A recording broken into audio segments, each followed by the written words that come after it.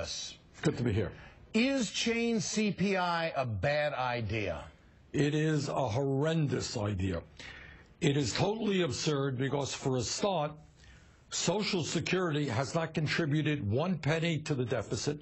Social Security today has a $2.7 trillion surplus, can pay out every benefit owed to every eligible American for the next 20 years. Just today, Congressman Pete DeFazio and I introduced legislation to make Social Security strong for the next 50 years by lifting the cap on taxable income starting at $250,000. You do that, it hits the top 1.5%. Social Security is strong for the next 50 years. Second of all, this so-called chain CPI, let me tell you what it would do, Ed. If you're 65 today, by the time you are 75, you're going to be losing about $650 a year. Now, if you're living on $15,000 a year, that is a lot of money. But it's not just seniors on Social Security.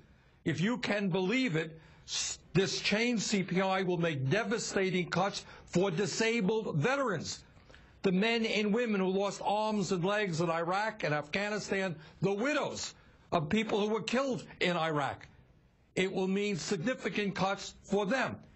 Do we really want to balance the budget on the backs of disabled vets and seniors making $15,000, $20,000 a year on Social Security? I think not. Senator, will Republicans compromise on the budget if Democrats don't offer cuts to the big three? And this really is cutting to the chase here.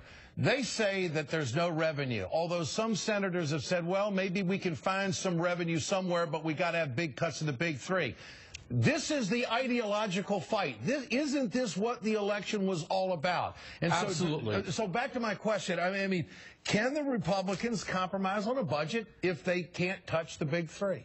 And our job and the president's job, instead of caving in on Social Security and veterans programs and Medicare, our job is to do exactly what the American people want us to do and make an offer that the Republicans can't refuse, and that is rally the American people who overwhelmingly understand that, number one, the wealthiest people are doing phenomenally well in this country, and their effective tax rates are very low, that 1 out of 4 major profitable corporations in this country pays nothing in taxes. Bank of America a few years ago, which has 200 subsidiaries in the Cayman Islands, paid 0 in federal taxes. In fact, they got a rebate from the IRS. Republicans have no problems with that. Republicans have no problems with that. that.